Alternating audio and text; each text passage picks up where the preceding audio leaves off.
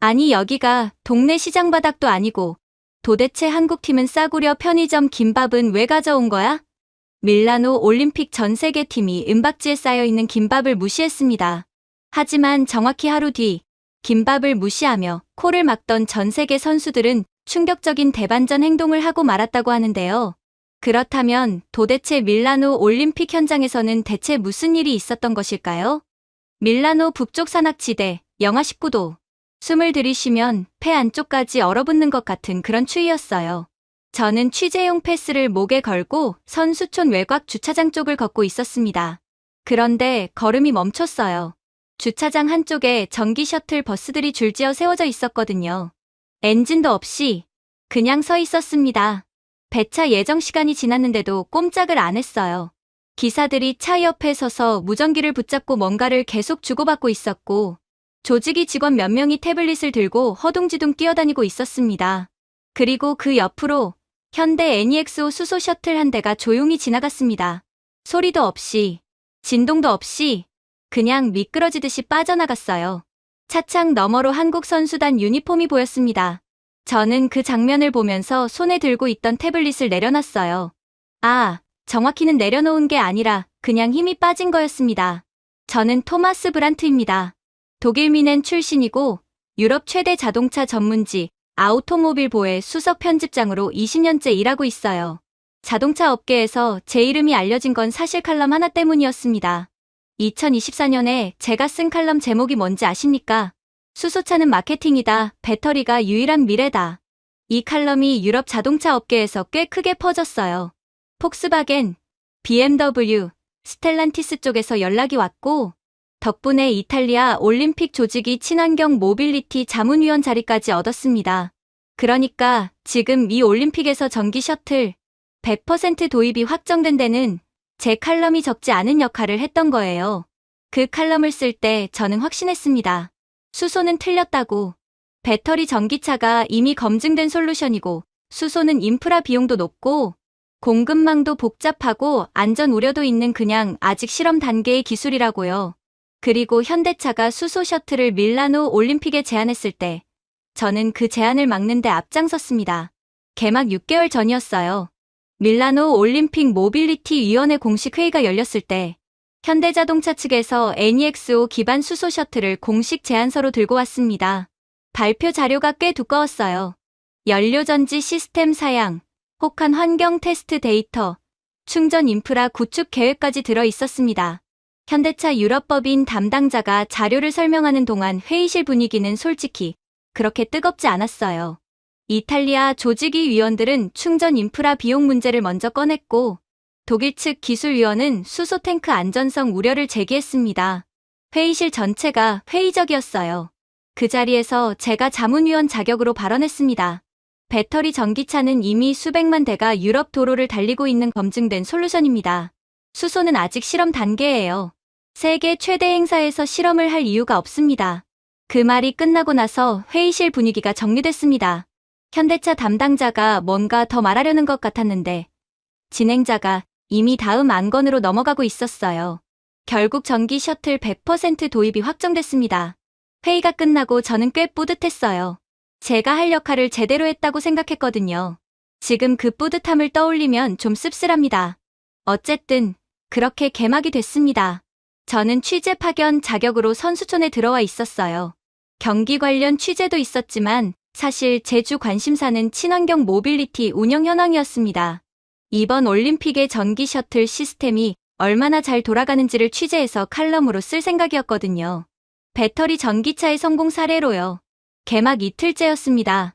선수촌을 돌아다니다가 한국 선수단 버스 탑승 구역 앞을 지나치게 됐어요. 한국 선수들이 경기장으로 이동하는 버스를 기다리고 있었는데 버스가 조금 늦었던 모양인지 그냥 그 자리에서 뭔가를 먹고 있었습니다. 저는 그냥 지나치려다가 손에 들고 있는 게 먼지 눈에 걸려서 잠깐 멈췄어요. 누런 덩어리였습니다. 누렇고 납작하게 굳어있는 것을 손으로 뜯어먹고 있었어요. 처음엔 과자 종류인가 했습니다. 가까이서 보니 탐밥 같았어요. 정확히는 밥솥 바닥에 눌어붙어서 누렇게 굳어버린 그 탐밥이었습니다. 옆에 있던 이탈리아 조직위 직원한테 물어봤더니 누룽지라고 하더라고요. 한국 전통식품이라고요. 저는 그 설명을 듣고 잠깐 할 말을 잃었습니다. 올림픽에 출전하는 선수들이 경기 당일 아침에 탄밥을 뜯어먹고 있는 거잖아요. 옆에 있던 이탈리아 직원도 고개를 저으면서 뭐라 중얼거렸어요. 저도 속으로 생각했습니다. 성적은 매번 잘 내는 나라인데 먹는 건 왜 이렇게 투박합니까? 탄밥이 무슨 고급 영양 전략이라도 됩니까? 어쩌면 한국은 나라를 대표하는 선수들에게 마저도 변변한 지원을 해주지 못하는 가난한 나라일 수도 있겠다는 생각도 들었어요.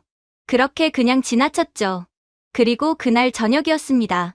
한국 선수단 회복 공간 쪽을 지나치게 됐는데 복도 안쪽에서 뭔가 움직이는 게 보였어요. 안으로 들어가 보니 선수 몇 명이 테이블 앞에 앉아서 김밥을 먹고 있었습니다. 경기 전날 밤이었어요. 저는 스포츠 영양학을 전문으로 연구하는 사람은 아니지만 취재를 오래 하다 보면 기본적인 건 알게 됩니다. 경기 전날 밤 탄수화물 로딩은 현대 스포츠 영양학의 상식이에요. 선수들이 경기 직전 에너지를 최대치로 끌어올리기 위해 파스타, 쌀밥, 감자 같은 탄수화물을 충분히 섭취하는 거죠. 유럽 팀들은 이걸 위해 전문 영양사가 설계한 탄수화물 로딩 식단을 쓰고 있었습니다. 과학적으로 계산된 비율로요. 그런데 김밥이요. 그냥 싸구려 편의점 음식이잖아요. 한국 편의점에 가면 1,000원짜리, 2,000원짜리로 파는 그겁니다. 저는 그걸 올림픽 선수들이 경기 전날 밤 식사로 먹고 있는 장면을 보면서 솔직히 고개가 갸웃해졌어요. 옆에서 한국팀 영양사가 김밥 재료를 하나하나 꼼꼼하게 배열하고 있었는데 그 진지한 표정이 오히려 더 이상하게 느껴질 정도였어요. 저렇게까지 진지하게 쌀밥에 단무지 넣는 걸 봐야 하나 싶었습니다. 어차피 영양가도 없는 싸구려 음식이 분명한데 말이에요. 그렇게 이번에도 그냥 지나쳤습니다. 그리고 생각했죠. 한국팀은 시작도 전에 포기한 게 분명하다고 말이에요. 그렇게 대회 5일차 새벽 5시가 되었습니다. 저는 숙소 창문으로 바깥을 내다보다가 잠깐 멈췄어요. 하늘이 낯빛이었습니다. 그냥 흐린 게 아니라 뭔가 짓누르는 것 같은 색이었어요. 밀라노 북쪽 산 능선이 안개 속에 묻혀 있었고 창틀에 손을 짚었더니 유리 바깥에서 차가움이 그대로 전해졌습니다. 기상 앱을 열었어요. 현재 기온 영하 19도, 예보 최저 영하 21도. 솔직히 그 순간에도 저는 크게 긴장하지 않았습니다. 동계 올림픽이니까요. 추운 건 당연한 거 아닙니까? 전기 셔틀 시스템이 충분히 검증됐다고 저는 믿었거든요. 그 믿음이 얼마나 오만한 것이었는지는 2시간 뒤에 알았습니다. 오전 7시가 조금 넘었을 때였어요. 조직이 비상 연락망으로 메시지가 쏟아지기 시작했습니다. 저는 처음엔 일반적인 운영 공지인 줄 알았어요. 그런데 메시지 내용을 읽는 순간 손이 멈췄습니다. 전기 셔틀 운행 불가 보고 처음엔 몇 대였어요. 그러다 30분 만에 숫자가 바뀌었습니다. 112대 중 71대, 운행 불가. 다시 읽었어요. 71대요. 이탈리아 조직위가 이번 올림픽을 위해 도입한 전기 셔틀 버스가 총 112대였습니다. 그중 71대가 새벽부터 차례로 출발을 못하고 있었어요. 원인은 단순했습니다. 배터리였어요. 리튬이온 배터리는 저온 환경에서 내부 저항이 급격히 올라갑니다. 영하 15도 이하로 내려가면 방전 속도가 정상 온도 대비 3배 이상 빨라지고 충전 효율도 함께 떨어져요. 영하 19도면 사실상 출발 자체가 불가능한 배터리들이 속출하는 거죠. 겨울 올림픽이에요. 겨울에 전기차가 추워서 못 달리고 있는 겁니다.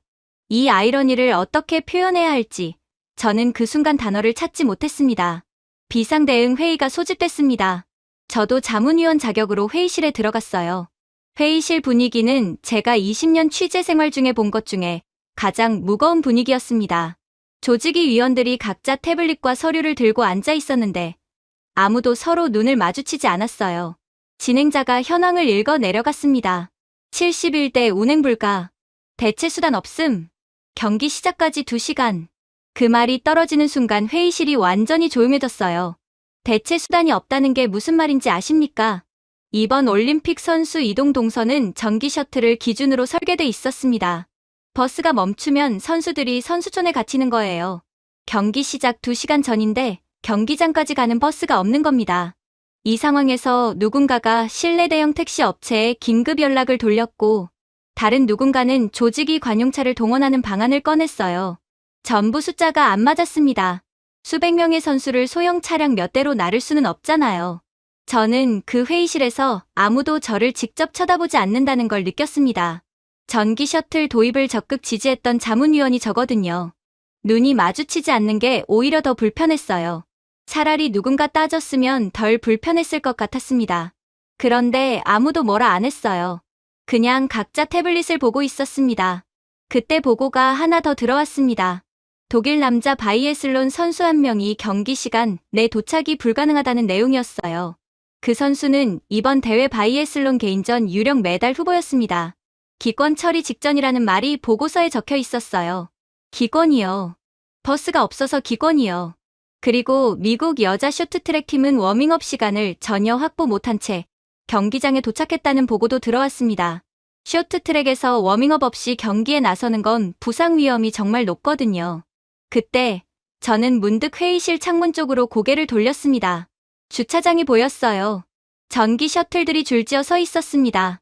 그리고 다음 장면에서 말도 안 되는 장면을 목격하고 그대로 굳어버리고 말았죠. 그 줄지어 서 있는 전기 셔틀 옆으로 차 한 대가 지나가고 있었거든요. 현대 NEXO 수소 셔틀이었습니다. 소리가 없었어요. 진동도 없었고요. 그냥 미끄러지듯이 눈이 쌓인 도로 위를 아무렇지도 않게 달려가고 있었습니다. 저는 그 장면에서 눈을 떼지 못했습니다. 그리고 머릿속으로 숫자를 계산했어요. 전기 셔틀 운행률 37%, 수소 셔틀 운행률 100%. 나중에 공식 집계로 확인된 숫자입니다. 한국은 애초에 전기 셔틀을 믿지 않았고, 그래서 자국 셔틀 버스를 준비했어요. 이러한 선견지명 덕분에 한국 선수단은 전원 예정 시간에 경기장 도착을 완료했습니다. 전 세계 팀들 중 유일하게 말입니다. 회의가 끝나고 저는 곧장 현대차 기술 지원팀 부스로 걸어갔습니다. 취재 명목이었지만 솔직히 그냥 알고 싶었어요. 어떻게 이 혹한의 날씨에도 달리고 있는 건지. 현대차 유럽 기술 지원팀 담당자가 저를 맞이했습니다. 박상현이라고 했어요. 30 중반쯤 돼 보이는 엔지니어였는데 표정이 특별히 의기양양하지 않았어요. 그냥 담담했습니다. 오히려 그게 더 인상적이었어요. 저는 직접 물었습니다. 영하 19도인데 어떻게 정상 운행이 됩니까? 박상현 담당자가 설명을 시작했어요. 수소연료 전지는 수소와 산소가 반응해서 전기를 만들어내는 방식입니다. 이 반응 자체가 발열 반응이에요. 온도가 낮을수록 반응 안정성이 오히려 올라가는 특성이 있거든요. NEXO 기준으로 영하 30도까지 정상 가동이 가능합니다. 저는 잠깐 멈췄어요. 배터리 전기차는 반대예요. 리튬이온 배터리는 저온에서 전해질 이온 이동 속도가 느려지면서 내부 저항이 폭발적으로 올라가요. 영하 10도부터 효율이 눈에 띄게 떨어지기 시작하고 영하 15도 아래로 가면 사실상 신뢰성 있는 운행이 어렵습니다. 저는 이 물리학을 알고 있었어요. 취재 20년 동안 배터리 관련 기사를 얼마나 많이 썼는데요. 그런데 제 칼럼에는 이 조건이 빠져 있었습니다. 겨울에 어떻게 되는지를 안 썼어요. 박 담당자가 계속 말했어요. 충전 시간도 다릅니다. 수소 충전은 5분이에요. 배터리 급속 충전이 최소 30분에서 1시간 이상인 것과 비교하면 운용효율 자체가 다르죠. 1회 충전으로 600km 이상 주행 가능하고요. 저는 그 숫자들을 태블릿에 받아 적으면서 속으로 제 칼럼 제목을 떠올렸습니다. 수소차는 마케팅이다. 그 제목이 지금 이 상황에서 다르게 읽혔어요. 현대가 수소 기술을 처음 시작한 게 언제입니까? 1998년입니다. 1998년이요. 저는 그 연도를 들으면서 뭔가 머릿속에서 재조합되는 느낌이 들었어요. 1998년이면 한국이 IMF 외환위기로 나라 전체가 흔들리던 시기예요. 기업들이 쓰러지고 실업자가 쏟아지던 그 시절에 현대차는 수소 연구팀을 꾸렸다는 겁니다. 박 담당자가 말을 이었어요. 2010년대에 GM, 포드, BMW, 도요타가 수소 프로그램 예산을 대폭 축소하거나 접었을 때 현대는 계속 투자했습니다. 2013년에 세계 최초로 수소연료 전지차를 양산했어요. 투싼 X35FCV였습니다. 그때 유럽 자동차 업계 반응이 어땠는지 아십니까? 저는 모른다고 했습니다. 아무도 안 부러워했어요. 왜 저걸 하냐고 했죠. 한국이 바보 같은 곳에 돈과 시간을 쏟아붓는다고 조롱하는 국가들도 있었어요. 저는 그 말을 듣고 잠깐 할 말을 잃었습니다. 아무도 안 부러워했다는 말이 지금 이 주차장 풍경 옆에서 들리니까 이상하게 선명하게 들렸거든요. 왜 포기 안 했습니까? 남들이 다 말도 안 된다며 고개를 저었잖아요. 제가 물었어요. 박 담당자가 잠깐 생각하는 것 같았습니다. 그리고 답했어요. 배터리가 안 되는 조건이 있거든요. 우리는 그 조건부터 생각했습니다. 그 한 문장이 한동안 제 머릿속에 맴돌았어요. 배터리가 안 되는 조건부터 생각했다. 이게 들으면 당연한 말 같은데 실제로 그렇게 하는 기업이 얼마나 됩니까? 보통은 잘 되는 조건에서 시스템을 설계하고 안 되는 경우는 예외로 처리하거나 나중에 보완하는 게 보통이에요. 그런데 한국은 안 되는 조건을 먼저 봤다는 겁니다. 최악을 먼저 상정하고 거기서 설계를 시작했다는 거예요. 저는 그 말이 현대차만의 이야기가 아닐 수도 있겠다는 생각이 들었습니다. 포스코를 떠올렸어요. 1968년에 포항에 제철소를 짓겠다고 했을 때 한국에는 제철 기술이 없었어요. 아니, 당시에는 제출 기술뿐만 아니라 한국에는 기술력이라는 것 자체가 없었죠. 철강 기술을 보유한 선진국들은 기술 이전을 거부했습니다. 일본은 한국이 제철을 할 능력이 안 된다고 판단했어요. 그 상태에서 포스코는 착공했습니다. 1973년 첫 번째 고로에서 쇳물이 나왔고 지금 포스코는 세계 최고 수준의 철강사 중 하나입니다. 삼성반도체도 마찬가지예요. 1983년 이병철 회장이 반도체 사업 진출을 선언했을 때 업계 반응은 냉소였습니다. 기술도 없고 인력도 없고 인프라도 없는데 무슨 반도체냐고요. 지금 삼성전자는 메모리 반도체 세계 시장 점유율 1위입니다. 없는 데서 시작해서 최악을 먼저 상정하고 그걸 기준으로 설계한 거예요. 그게 이 나라 산업 기술의 공통된 뿌리였습니다. 취재를 마무리하고 나오는 길에 저는 한국 선수단 영양팀 쪽을 다시 지나치게 됐어요. 셔틀 혼란이 한창이던 그 아침, 다른 나라 선수들이 발이 묶여 경기장 입구에서 대기하고 우왕좌왕하는 동안 한국 선수단은 이미 경기장 안에서 몸을 풀고 있었습니다. 이게 그냥 수소 셔틀 덕분만은 아닐 것 같았어요. 한국팀 영양사를 찾아서 물었습니다. 선수들이 아침에 뭘 먹었습니까? 솔직히 저는 물으면서도 제가 무례한 건 아닌지 걱정했습니다. 다른 팀 선수들은 현재 이탈리아의 형편없는 식단 및 이러한 극한의 온도를 예상하지 못한 자국 요리팀의 한계 때문에 다들 소화불량 하나쯤은 달고 경기를 치르고 있거든요. 그러나 한국 영양사는 웃으면서 여유있게 대답하더군요. 누룽지요. 경기 당일 아침엔 항상 누룽지입니다. 저는 제가 이전에 탄밥이라고 했던 그걸 떠올렸어요. 그런데 그냥 탄밥이 아니었더군요. 영양사가 설명을 시작했습니다. 선수들이 경기 당일 아침에 위장 트러블을 겪는 게 생각보다 흔한 일이에요. 긴장하면 위장이 예민해지거든요. 고단백 식사나 기름진 것들은 소화 효소 부담이 커서 긴장 상태에서 먹으면 오히려 속이 뒤집힐 수 있어요. 그리고 평소에 먹던 음식일지라도 긴장을 하면 독이 되는 경우가 많죠. 누룽지는요? 누룽지는 호화 전분이에요. 이미 한번 열 처리가 된 전분이라 소화 효소가 거의 필요 없어요. 위장이 일을 거의 안 해도 됩니다. 그리고 밥을 태울 때 생기는 피라진 화합물이 소화기 점막을 보호하는 역할을 해요. 긴장 상태에서 예민해진 위장에 딱 맞는 식품이에요. 타국 선수들 경기 당일 아침 위장 트러블 비율이 저희보다 평균 2배 이상 높게 나와 있거든요. 저는 그 수치를 메모했습니다. 2배요. 탄밥이 위장 트러블을 절반으로 줄이고 있었던 거예요. 그리고 이동 중에는 김밥입니다. 영양사가 계속 말했어요. 선수들이 셔틀 타고 경기장 이동할 때 버스 안에서 먹을 수 있는 게 있어야 해요. 에너지바 같은 거 챙기는 팀들도 있는데 저희는 김밥입니다. 이유가 있어요. 영하 날씨에서 에너지바는 딱딱하게 굳어요. 그런데 김밥은 밥이 단열재 역할을 해서 온도 변화가 느립니다. 영하 날씨에서도 상대적으로 부드럽게 유지돼요. 그럴 리가 없었습니다. 제가 가장 무시했던 한국이 알고 보면 가장 잘 준비하고 똑똑하게 준비했던 팀이었다니요. 영양 구성은요? 그러자 영양사가 손가락을 꼽으면서 말했습니다. 밥에서 탄수화물, 달걀이랑 햄에서 단백질, 참기름에서 지방, 시금치 당근에서 식이섬유, 김에서 전해질이요. 한 줄에 탄수화물, 단백질, 지방, 식이섬유, 전해질이 다 들어가 있어요. 스포츠 영양학에서 완전식이라고 부르는 조건을 거의 다 충족하는 거거든요.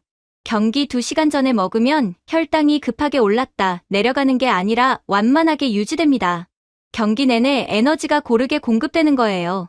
저는 그 설명을 들으면서 이틀 전에 제가 복도에서 봤던 장면을 떠올렸습니다. 영양사가 김밥 재료를 하나하나 꼼꼼하게 배열하던 그 진지한 모습이요.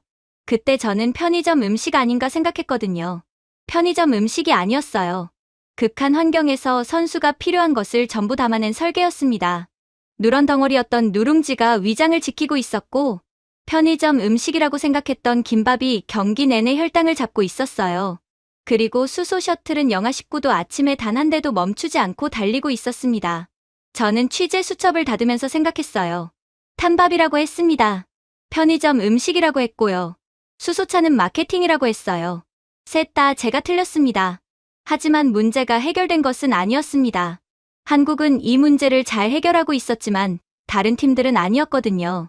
저는 셔틀 혼란이 절정에 달했던 그 오전, 선수촌 외곽도로가에 멍하니 서 있었습니다. 대체 차량은 숫자가 턱없이 부족했고 무전기를 붙들고 뛰어다니는 직원들 얼굴에서는 이미 답이 없다는 표정이 읽혔습니다. 저는 이 사태를 제가 만들었다는 사실에 죄책감이 들었습니다. 경기 시작까지 1시간 남짓 남은 상황이었고 저는 그 혼란 한가운데에 서서 내가 자문위원으로서 이 상황에 어떤 기여를 할 수 있는지 생각하다가 아무것도 떠오르지 않아서 그냥 도로가에 서 있었어요. 그때 제 옆으로 한 남자가 헐레벌떡 뛰어왔습니다. 독일 선수단 유니폼이었어요. 숨이 거칠었고 손에는 기다란 케이스를 들고 있었는데 그게 경기용 소총 케이스였습니다. 바이애슬론 선수였어요. 나중에 알고 독일 바이애슬론 국가대표였습니다. 이번 대회 개인전에서 메달 가능성이 거론되는 선수였어요. 그가 주차장을 훑어보더니 표정이 굳었습니다. 자기가 타야 할 전기 셔틀이 거기 서 있었거든요. 아니, 서 있다는 말이 정확하지 않아요. 멈춰 있었습니다. 배차 예정 시간이 한참 지났는데 꼼짝을 안 했어요. 기사가 차 옆에서 무전기를 붙들고 뭔가를 계속 주고받고 있었고 차는 요지부동이었습니다. 그가 다가가서 뭔가를 물었는데 기사가 고개를 가로저었어요. 그때였습니다. 한국 선수단 수소 셔틀 한 대가 출발 준비를 하고 있었어요. 운전석 옆에 한국 선수단 관계자가 서 있었는데 독일 선수가 그쪽으로 다가가더니 경기장 방향을 손으로 가리켰습니다. 말이 통할 리 없었는데 한국인 관계자가 잠깐 차 안쪽을 확인하더니 고개를 끄덕였어요. 그렇게 독일 선수가 한국 수소 셔틀에 탔습니다. 저도 탔어요. 취재 명목으로 양해를 구하고요. 차 안으로 들어서는 순간 이상하게 멈칫했습니다. 조용했어요. 진짜로 아무 소리가 없었거든요. 바깥은 영하 19도에 바람까지 불고 있었는데 차 안은 완벽하게 따뜻했습니다. 진동도 없었어요. 출발할 때 그 흔들림조차 없이 그냥 미끄러지듯이 움직이기 시작했어요. 마치 방 안에 앉아 있는데 방이 통째로 움직이는 것 같은 느낌이었달까요. 수소 연료전지 차량 특유의 고요함이었는데 처음 경험하는 사람한테는 약간 비현실적으로 느껴질 수 있는 수준이었어요. 독일 선수가 창밖을 보다가 좌석에 기대면서 한숨을 내쉬었습니다. 안도의 한숨이었어요. 이제 경기장에 갈 수 있다는 거잖아요. 그 옆에 한국 선수 한 명이 앉아 있었는데 그 선수가 가방에서 뭔가를 꺼냈습니다. 은박지에 쌓인 김밥 2줄이었어요. 한 줄을 그쪽으로 말없이 내밀었습니다. 그가 받을지 말지 잠깐 고민하는 표정을 지었어요. 경기 전이잖아요. 낯선 음식을 먹어도 되나 싶었겠죠.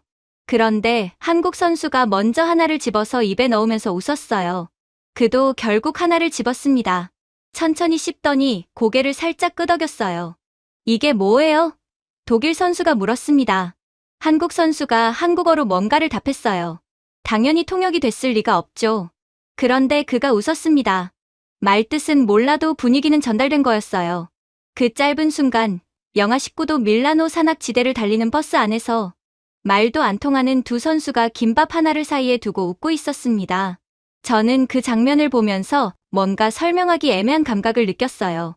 목 뒤가 간지러운 것도 같고 눈꺼풀이 무거워지는 것도 같은 그런 감각이요. 경기장에 도착했을 때 그는 뛰었습니다. 소총 케이스를 들고 전력 질주했어요. 경기 시작까지 5분이 채 남지 않은 상태였거든요. 조직위 경기 담당 임원이 그를 보고 멈췄습니다. 기권 처리를 해야 하는 타이밍이었어요. 그런데 그가 게이트를 통과했습니다. 워밍업을 단 1분도 못한 상태였어요. 근육이 영하의 날씨에 완전히 굳어있는 상태로 경기장에 들어간 거였습니다. 저는 걱정이 됐어요. 바이애슬론은 크로스컨트리 스키와 사격을 결합한 종목이거든요. 스키만 해도 워밍업 없이 출전하면 허벅지와 종아리, 근육이 경기 초반에 쥐가 날 수 있는데 거기다 사격까지 해야 하잖아요. 호흡을 잡아야 총을 맞힐 수 있는데 워밍업이 안 된 상태에서는 심박수가 조절이 안 돼요. 그는 완주했습니다. 기록이 개인 최고는 아니었어요. 메달권에 들지도 못했습니다. 그런데 완주했어요. 한 번도 멈추지 않고 끝까지 달렸고 사격 구간도 어찌어찌 통과했습니다. 결승선을 통과한 그가 무릎에 손을 짚고 숨을 몰아쉬는 장면이 카메라에 잡혔어요. 그 거친 숨소리가 마이크에 그대로 들렸습니다. 경기 후 믹스드존에서 기자들이 몰렸어요. 기권 직전까지 갔던 선수가 완주를 했으니 당연한 거였죠. 한 기자가 물었습니다. 워밍업을 전혀 못했다고 들었는데 어떻게 준비했습니까? 그가 잠깐 생각하다가 입가에 웃음이 올라왔어요. 버스 안에서 김밥 먹었어요. 기자들이 웃었습니다. 그도 웃었어요. 저도 웃었고요. 그런데 그 웃음이 이상하게 오래 남았어요. 웃기는데 웃기지 않은 그런 웃음이었습니다. 뭔가 그 안에 담긴 게 있는 것 같은데 말로 설명이 안 되는 그런 거요.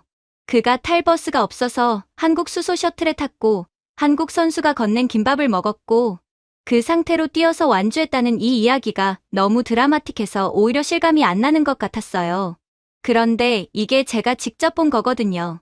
저는 그날 오후에 박상현 담당자를 다시 찾아갔습니다. 기술적인 내용은 이미 들었어요. 그런데 제가 진짜 묻고 싶었던 건 따로 있었습니다. 한 가지만 더 물어봐도 되겠습니까? 박 담당자가 고개를 끄덕였습니다. 2010년대에 GM도 포드도 도요타도 수소 프로그램을 접거나 대폭 축소했잖아요. 전 세계 자동차 업계가 사실상 수소를 포기하는 흐름이었는데 현대는 왜 안 했습니까? 박 담당자가 그 질문을 듣고 잠깐 멈췄어요. 뭔가 생각하는 것 같았습니다. 그러더니 말을 시작했어요. 제 아버지가 현대 수소 연구팀 1세대예요. 1998년에 입사하셨거든요. 저는 예상 못한 답이라 잠깐 멈췄어요. 그때 팀이 전부 12명이었어요. 지금 현대차 수소 연구 인력이 수천 명 규모니까 그 12명에서 시작한 거죠. 예산도 넉넉하지 않았고 회사 안에서도 왜 저걸 하냐는 소리를 들었다고 해요. 당시엔 수소 기술이 상용화까지 갈 수 있을지 자체가 불분명한 시절이었으니까요. 연구팀 사람들이 사내에서 만나면 농담 반 진담 반으로 우리가 돈키호테냐는 말을 했다고 하더라고요. 저는 천천히 듣고 있었습니다. 그러다가 진짜 위기가 왔어요. 2010년대 중반이었어요. GM이 수소 프로그램 예산을 대폭 깎았고 포드는 프로그램 자체를 사실상 접었습니다. 도요타는 미라이를 내놓긴 했는데 판매량이 기대에 훨씬 못 미쳤고 업계 분위기가 전반적으로 수소는 시기상조라는 쪽으로 흘렀어요. 그때 현대 내부에서도 수소 연구팀 존속 여부를 두고 진지한 논의가 있었다고 들었어요. 박 담당자 목소리가 잠깐 낮아졌습니다. 아버지한테 들은 이야기인데요. 그 논의가 있었을 때 팀 안에서 회의가 열렸대요. 결론이 뭔지 아직 안 났는데 아버지 세대 엔지니어들이 먼저 움직였어요. 누가 시킨 것도 아니고 지시가 내려온 것도 아닌데 자기들끼리 서약서를 돌렸대요. 서약서요? 네. 급여 반납 서약서요. 월급을 깎아도 되니까 수소 연구 프로그램만은 유지해달라는 내용이었어요. 저는 그 말을 듣고 한동안 아무 말도 못했습니다. 회사가 강요한 것도 아니에요. 보상이 약속된 것도 아니었어요. 결과가 나올지조차 불분명한 기술을 살리기 위해서 40 넘은 엔지니어들이 자기 월급을 자진해서 깎겠다는 서약서를 쓴 거잖아요. 집에 가면 자식들 있고 부모님 있고 할부금 있는 사람들이 그걸 한 거예요. 대단한 신념이 없으면 못하는 일이잖아요. 아니, 신념이라는 말로도 부족한 것 같았습니다. 왜 그랬을까요? 아버님이 뭐라고 하셨어요? 제가 물었어요. 박 담당자가 잠깐 창밖을 봤습니다. 수소 셔틀이 지나가고 있었어요. 저도 나중에 여쭤봤어요. 왜 그런 결정을 하셨냐고. 뭐라고 하셨습니까? 석유 한 방울 안 나는 나라에서 에너지 자립이 뭔지 알면 포기를 못한다고 하셨어요. 그 한 문장이 회의실에서 들었던 어떤 기술 설명보다도 오래 제 머릿속에 남았습니다. 저는 그 엔지니어분들이 어떤 시대를 살아온 사람들인지를 생각해봤어요. 1998년이면 한국이 IMF 외환위기 한복판이었습니다. 기업들이 쓰러지고 거리에 실업자가 넘치고 멀쩡하던 집안이 하루아침에 무너지던 시절이었어요. 그 시절에 수소 연구팀에 들어간 거잖아요. 그리고 그 이전 그분들이 젊었던 시절은 또 어떻습니까? 한국의 1970에서 80년대라는 게 야근이 끝나고 집에 가면 자정이 넘는 게 당연했고 주말 출근은 일상이었고 기술을 배우겠다고 일본에 가면 문전박대를 당하던 시절이었습니다. 그래도 그들은 배웠어요. 기술 이전을 안 해주면 분해해서 따라 만들었고 실패하면 다시 만들었습니다. 그 손으로 지금의 한국 산업을 세운 거잖아요. 그분들한테 에너지 자립이 뭔지 알면 포기를 못한다는 말이 그냥 나온 말이 아닌 거예요. 자원이 없어서 늘 남의 눈치를 봐야 했고 에너지 값이 오르면 나라 전체가 흔들리는 걸 평생 보고 살았던 사람들의 말이에요. 그 절박함이 서약서로 나온 거였습니다. 한국은 남들이 태우고 버린 것에서 영향을 찾고 남들이 포기한 기술에서 미래를 찾았습니다. 누룽지도, 김밥도, 수소탱크도 전부 같은 나라에서 나왔어요. 박 담당자가 말했습니다. 저는 그 말이 끝나고 한동안 아무것도 쓰지 못했어요. 숙소로 돌아오는 길에 저는 한국이라는 나라를 처음 제대로 생각해보는 것 같았습니다. 20년 동안 자동차 업계를 취재하면서 현대차를 수도 없이 다뤘는데 이 회사가 어디서 왔는지를 진짜로 생각해본 적이 없었던 거예요. 1950년대 한국전쟁이 끝났을 때 이 나라에 남아있는 게 뭐가 있었는지 아십니까? 공장은 전쟁으로 다 부서졌고 도로는 끊겼고 학교는 없어서 노천에서 수업을 했어요. 1인당 국민소득이 1953년 기준으로 $67였습니다. 지금 기준으로 환산해도 이게 얼마나 처참한 수치인지 감이 잘 안 오실 수 있는데 당시 가나나 필리핀보다도 낮은 수준이었어요. 원조 없이는 먹고 살 수 없는 나라였습니다. 미국이 식량을 보내줬고 유엔이 물자를 지원했어요. 그 상황에서 70년이 지났습니다. 2024년 기준 한국 1인당 국민소득은 $36,000가 넘어요. 70년 만에 500배 이상의 성장입니다. 경제학자들이 이걸 두고 인류 역사상 유례없는 사례라고 부르는 게 과장이 아니에요. 전쟁 이후 이 속도로 이 규모의 성장을 이룬 나라가 없어요. 진짜로 없습니다. 독일도 일본도 전후 복구 과정에서 고도 성장을 했지만 그 나라들은 전쟁 전에 이미 산업 기반이 있었어요. 한국은 그게 없는 상태에서 시작한 거예요. 그리고 더 중요한 건 어떻게 성장했느냐입니다. 포스코를 보세요. 1968년에 포항에 제철소를 짓겠다고 했을 때 한국에는 철강 기술이 없었어요. 선진국들한테 기술을 사겠다고 했더니 팔지 않았습니다. 당시 세계은행은 한국의 제철소 건설 계획에 차관을 주는 걸 거부했어요. 한국이 제철을 할 능력이 안 된다는 이유였습니다. 그 상태에서 착공했어요. 일본에서 퇴직한 기술자들을 불러와서 하나하나 배웠고 실패하면 고쳐서 다시 했습니다. 1973년에 첫 번째 고로에서 쇳물이 나왔어요. 지금 포스코는 세계 철강사 기술력 기준 최상위권입니다. 자동차 강판, 조선용 후판 품질은 세계 정상이에요. 삼성 반도체도 마찬가지였어요. 1983년에 반도체 사업에 진출하겠다고 했을 때 한국에는 반도체 기술 인력이 거의 없었습니다. 일본은 기술 이전을 거부했어요. 미국 유학을 갔던 엔지니어들을 불러 모아서 시작했는데 초기에 생산한 64K 디램 불량률이 너무 높아서 팔 수가 없는 지경이었다고 해요. 그래도 계속했습니다.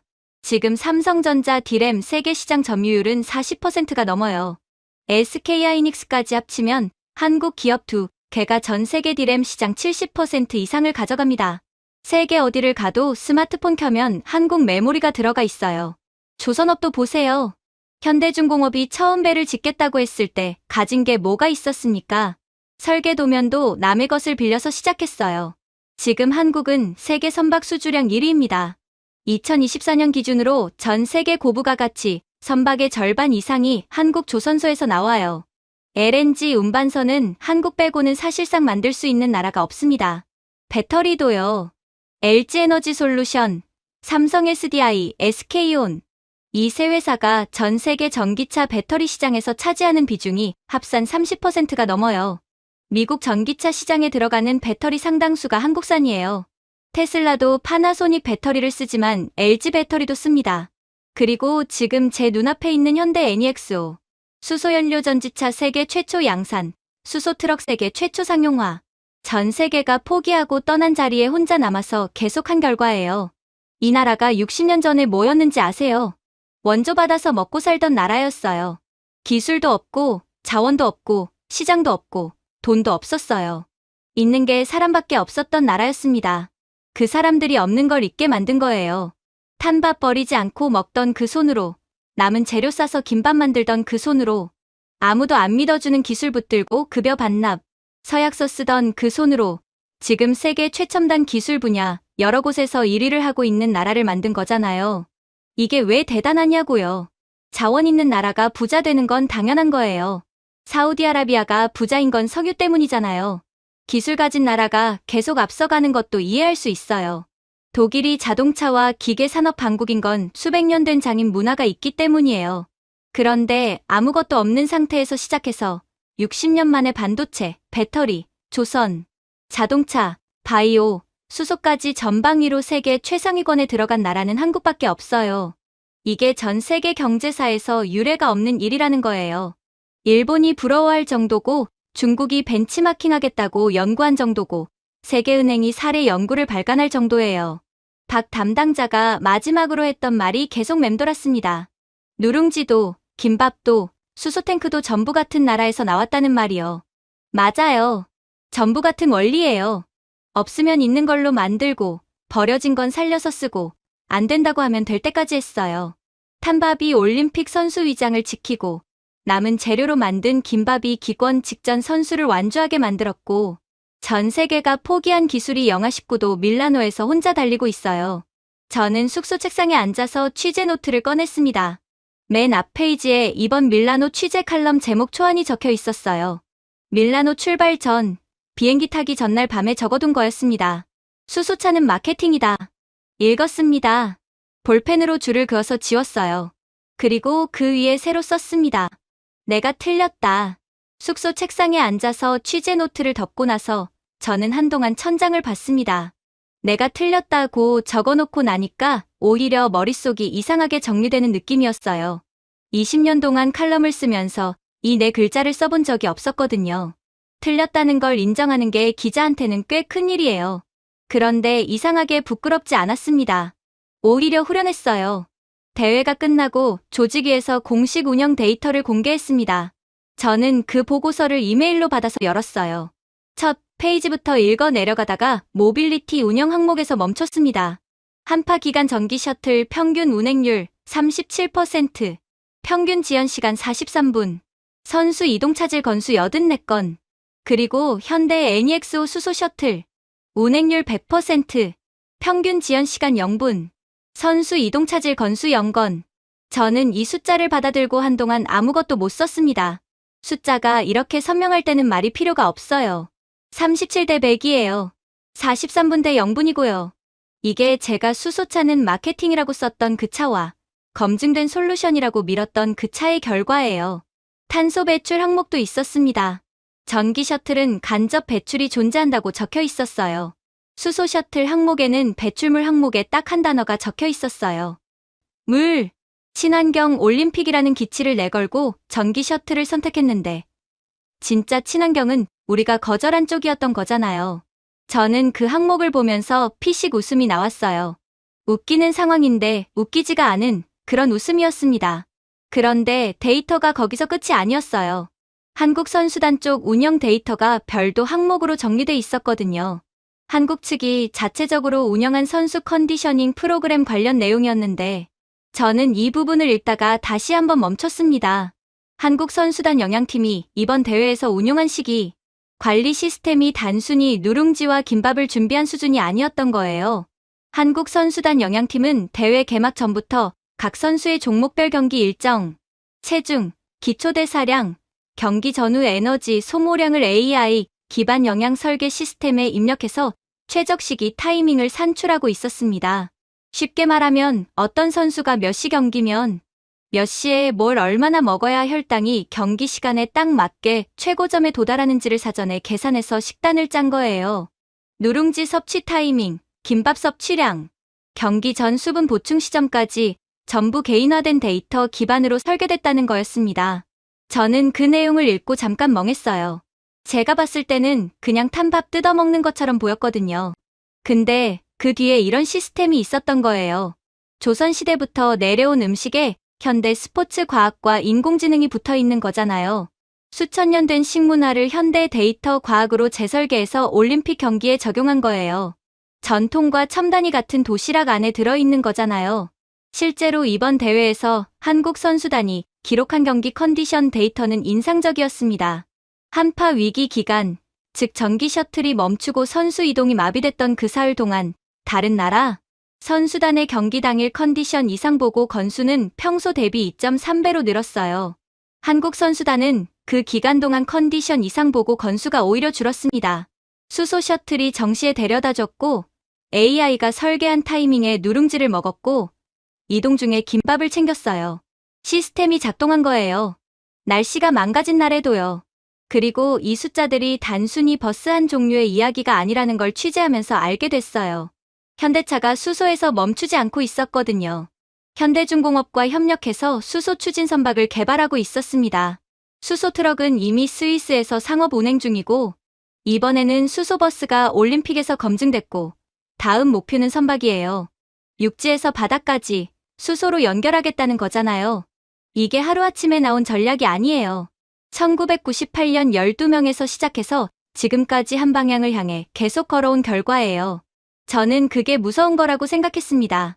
유행이 바뀌어도 안 바꿨고 돈이 안 돼도 안 접었고 세계가 포기해도 안 포기했어요. 그렇게 28년을 걸어온 나라가 이제 육해상 전방위로 수소 기술을 펼치고 있는 거예요. 외신 반응은 대회 후반부터 달라지기 시작했습니다. 대회 초반에 나왔던 기사들 기억나세요? 한국 수소차는 홍보용 배치라느니 실용성이 의문이라느니 하던 것들이요. 그 기사들이 대회가 진행되면서 완전히 뒤집혔어요. 영국 가디언이 먼저 치고 나왔어요. 제목이 수소가 배터리를 이긴 날 밀라노의 교훈이었습니다. 독일 슈피겔은 더 직접적이었어요. 현대가 옳았다. 유럽이 틀렸다. 독일 자동차 산업이 얼마나 자존심이 강한 곳인지 아는 사람이라면 이 제목이 얼마나 파격적인지 이해할 거예요. BMW, 폭스바겐, 메르세데스 벤츠가 있는 나라에서 현대가 옳았다고 쓴 거잖아요. 뉴욕타임스는 올림픽이 수소 시대를 열었다는 제목으로 나왔습니다. 그런데 수소차 기사만 나온 게 아니었어요. 이탈리아 현지 식품 전문 매체에서 누룽지와 김밥을 다루기 시작했거든요. 제목들이 좀 재밌었어요.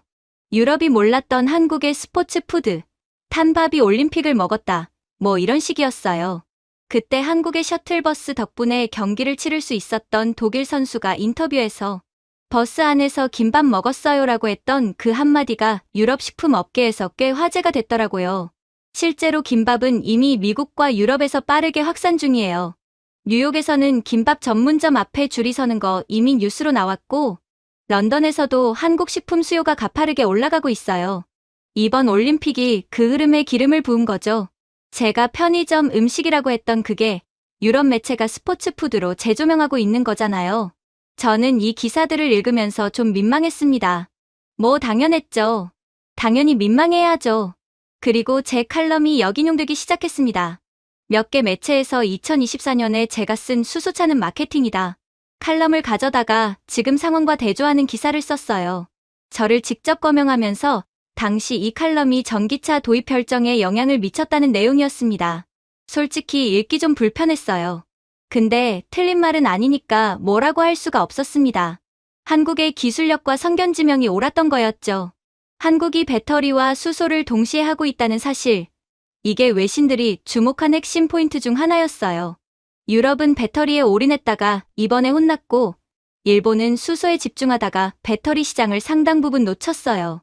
그런데 한국은 둘 다 하고 있거든요.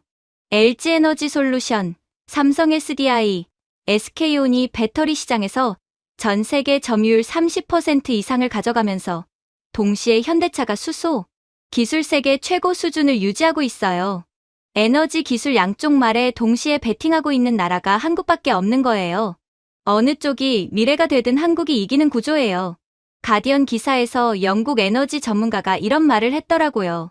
한국은 에너지 기술에서 헤징 전략을 가장 잘하고 있는 나라다. 헤징이라는 게 투자에서 리스크를 분산하는 전략이잖아요. 어느 방향이 맞는지 모르니까 양쪽 다 준비하는 거예요. 자원이 없는 나라가 살아남으려면 그렇게 할 수밖에 없는 거거든요. 그 절박함이 전략이 된 거잖아요. 결국 한국은 아무것도 없는 국가였지만 역설적으로 모든 것을 가진 전 세계 최강국이 된 것입니다. IOC 지속가능성위원회도 성명을 냈더군요. 차기 동계 올림픽 공식 모빌리티 파트너 선정 기준에 극한 환경 작동 안정성 조항을 신설한다는 내용이었어요. 전기차 단독 도입은 지양하고 수소와 전기의 혼합 운용을 권고한다는 거였습니다. 다음 올림픽부터는 제가 밀라노에서 반대했던 그 방식이 공식 기준이 된다는 거예요. 저는 그 성명서에 제 서명을 넣었습니다. 조금 웃긴 상황이죠. 전기 셔틀 100% 도입을 지지했던 사람이 그 결정을 뒤집는 권고서에 또 서명을 한 거니까요. 근데 당연한 순서예요. 틀린 걸 알았으면 고쳐야죠. 이 IOC 결정이 한국에 가져다 줄 게 뭔지 생각해봤습니다. 단순한 자존심 문제가 아니에요. 차기 올림픽부터 수소 모빌리티가 공식 기준에 들어가면 현대차의 수소 기술이 사실상 세계 최대 스포츠 행사의 공인 레퍼런스가 되는 거잖아요. 자동차 업계에서 올림픽 레퍼런스가 갖는 마케팅 가치는 수천억 원 이상이에요. 현대는 그 레퍼런스를 돈 주고 산 게 아니라 영하 19도 밀라노에서 그냥 달려서 얻은 거예요. 그리고 IOC가 한국 방식을 택한 게 스포츠계만의 이야기가 아니라는 걸 취재하면서 알게 됐어요. 세계가 한국을 부르는 이유가 따로 있었거든요. 한국은 2010년에 OECD 개발원조위원회 DAC에 가입했습니다. 이게 왜 중요하냐면 DAC는 선진국들이 개발도상국을 돕는 원조 공여국 모임이에요. 한국이 가입했다는 건 원조를 받던 나라에서 원조를 주는 나라로 완전히 전환했다는 공식 인증이에요. 그리고 이게 역사상 유례가 없어요. DAC 가입국 중에서 과거에 원조를 받았다가 나중에 공여국이 된 나라는 한국이 유일합니다. 단 하나도 없어요. 한국이 처음이에요. 2023년 기준으로 한국의 공적개발원조 규모는 약 3조 원을 넘어섰습니다. 아프리카, 동남아시아, 중앙아시아의 농업기술, 의료 인프라, 교육 시스템을 지원하고 있어요. 한국 전쟁 직후에 유엔이 식량을 보내줬던 그 나라가 지금은 다른 나라에 기술을 보내주고 있는 거잖아요. 방산 수출도 마찬가지예요. 2023년 한국 방산 수출액이 140억 달러를 돌파했습니다. 폴란드가 한국 K2 전차와 K9 자주포를 선택했고, 호주가 한국 기술을 검토하고 있고, UAE도 한국 방산에 관심을 보이고 있어요. 이 나라들이 한국을 선택하는 이유가 뭔지 아세요? 납기를 지키고, 약속을 지키고, 가성비가 된다는 거예요. 기술력도 기술력이지만 신뢰가 이유라는 게 재밌는 지점이에요. 약속을 지키는 나라로 인식되고 있다는 거잖아요. IOC가 한국 방식을 채택한 것도 결국 같은 맥락이에요. 약속한 대로 달렸거든요. 영하 19도에서도요. 저는 호텔 방 책상에 앉아서 새 칼럼 초고를 쓰기 시작했습니다. 빈 문서 화면이 잠깐 무섭더라고요. 20년 만에 처음으로 쓰는 사과 칼럼이었으니까요. 그런데 손이 움직였어요. 첫 문장을 이렇게 썼습니다. 저는 틀렸습니다. 쓰고 나서 읽어봤어요. 이상하게 잘 읽혔습니다. 마지막 문단을 쓰기 전에 저는 한국을 검색했어요. 칼럼을 마무리하기 위한 자료 조사였는데 찾다 보니 멈추기가 어려웠습니다.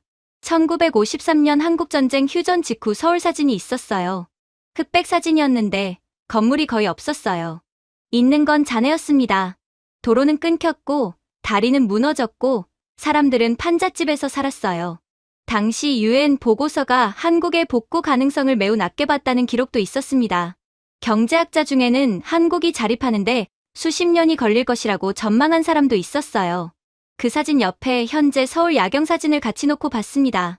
저는 한동안 그 두 장을 번갈아 봤어요.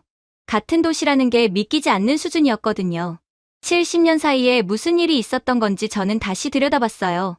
누군가 공장을 세웠고, 누군가 야근을 했고, 누군가 기술을 배우겠다고 일본에 찾아갔다가 문전박대를 당했고, 그래도 다시 갔어요.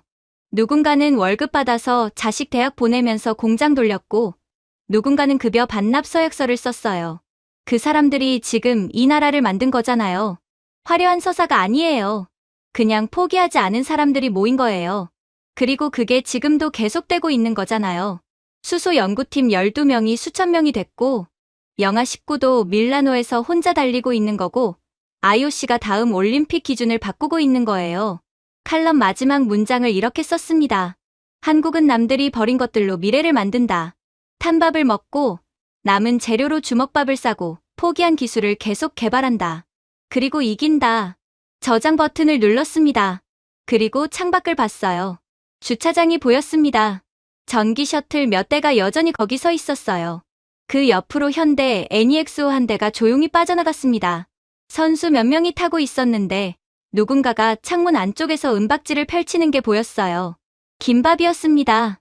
저는 그 장면을 보면서 처음에 선수촌에 도착했던 날을 떠올렸습니다. 그때도 이 주차장에서 수소 셔틀이 지나가는 걸 봤거든요. 그때 저는 태블릿을 들고 있었어요. 지금은 칼럼 초고 파일이 저장된 노트북이 앞에 있었습니다. 3년 전 저는 수소는 마케팅이라고 했어요. 탄밥은 대수롭지 않게 봤고 편의점 김밥은 진지하게 안 봤습니다. 전부 같은 실수였어요. 남들이 버린 것의 가치를 못 봤습니다. 한국은 그 가치를 오래전부터 봐왔고요. 버려진 것들의 올림픽에서 버려진 것들이 이겼습니다. 제가 준비해온 내용은 여기까지입니다. 끝까지 시청해주셔서 진심으로 감사드리며 여러분들의 구독과 좋아요, 알림 설정은 영상 제작에 큰 힘이 됩니다.